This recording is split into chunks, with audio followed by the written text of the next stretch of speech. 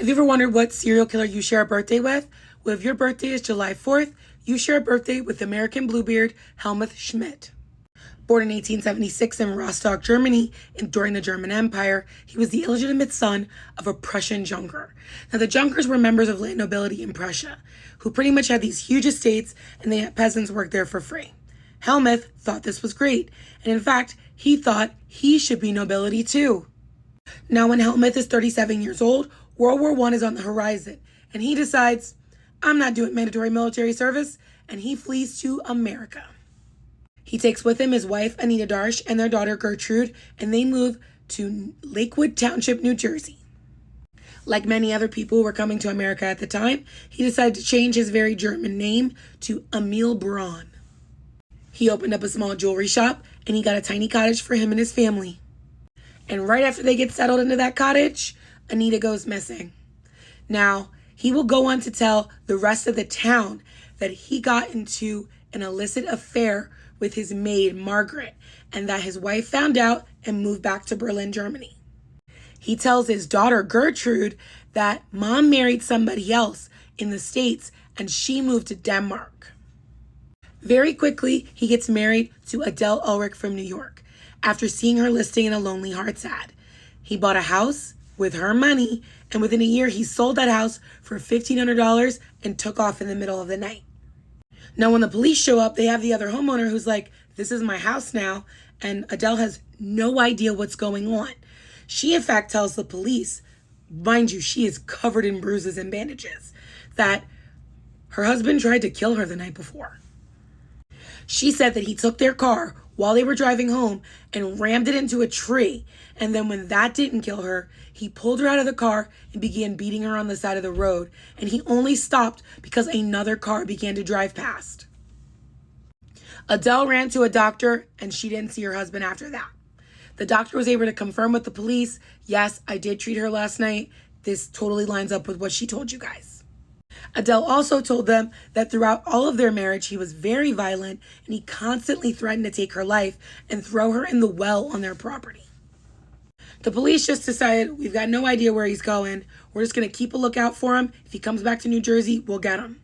But Helmuth was already gone. He takes that $1,500 and moves to Royal Oak, Michigan. He starts hunting for a new bride under a new name, Herman Nagelbayer. He gets a job at a Ford factory as a mechanic, and very quickly, he starts conversing with women through the ads. 40-year-old Augusta Steinbach responds. Now, Augusta's not new to this form of dating, and so she doesn't rush it, and it actually takes 4 months before she's willing to go meet with Helmuth. In February of 1917, she settles her affairs, she sets up her stuff, she talks to one of her friends, Agnes Domini, and says, Agnes, I've put the majority of my belongings in a warehouse and I've paid for it for a few months. Just want you to keep an eye out. I listed your name as the contact.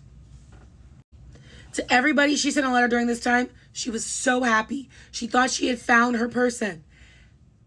And then, after 3 months, Agnes gets a letter from the warehouse saying, we cannot contact the person who owns all these trunks, and we don't have any more money. So here's all her stuff back. Now, Agnes knew that Augusta wasn't traveling very heavy. She had a couple bags, some jewelry, and $500 cash. And she just decided, with a little bit of information she had, she was going to start writing letters. And 3 months later, she gets a visit from a sheriff from Detroit.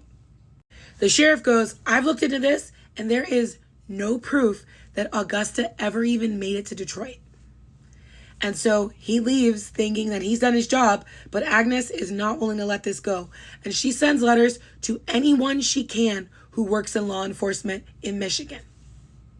Eventually, a man by the name of Glenn Gillespie, the district attorney of Oakland County, not just responded, but he showed up and he said, this seems weird. Show me everything you have from your friend. What they have is letters, correspondences going back those 4 months, showing the things that Helmuth said to her and him saying, come, here's my house, come live with me, we can be together. So of course, Glenn Gillespie goes to Helmuth's house and says, where is this woman? She said she was coming, you were her point of contact. While they're interrogating him, he pretty much says, you're right, Augusta did get here. I didn't want to say anything because of what went down.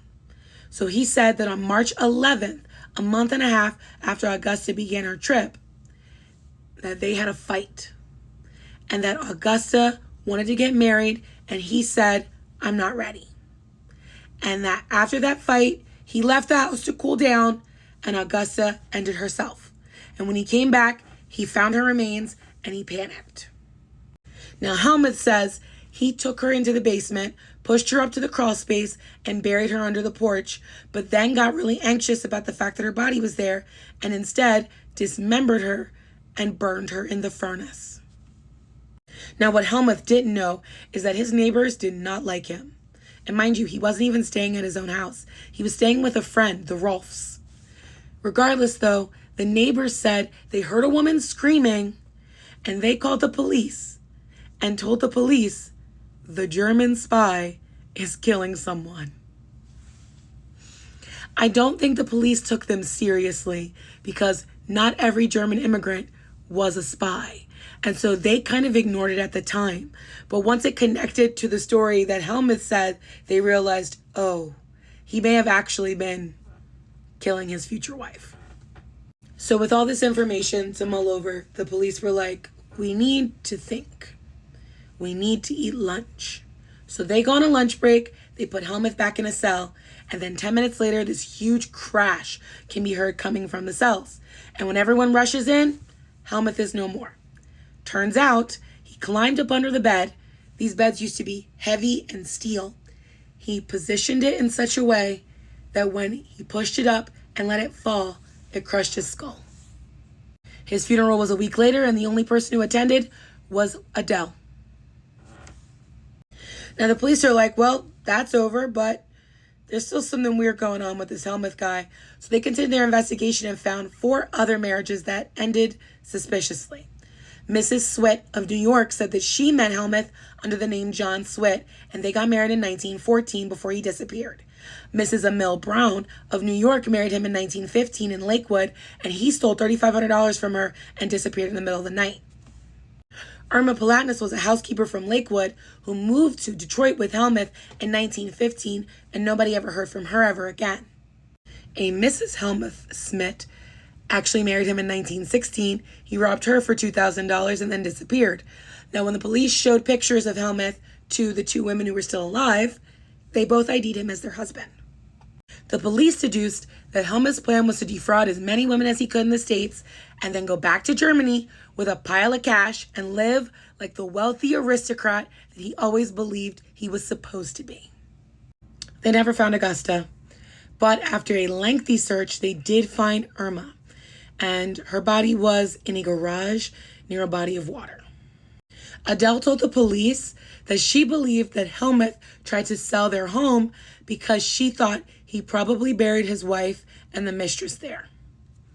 But nobody ever checked.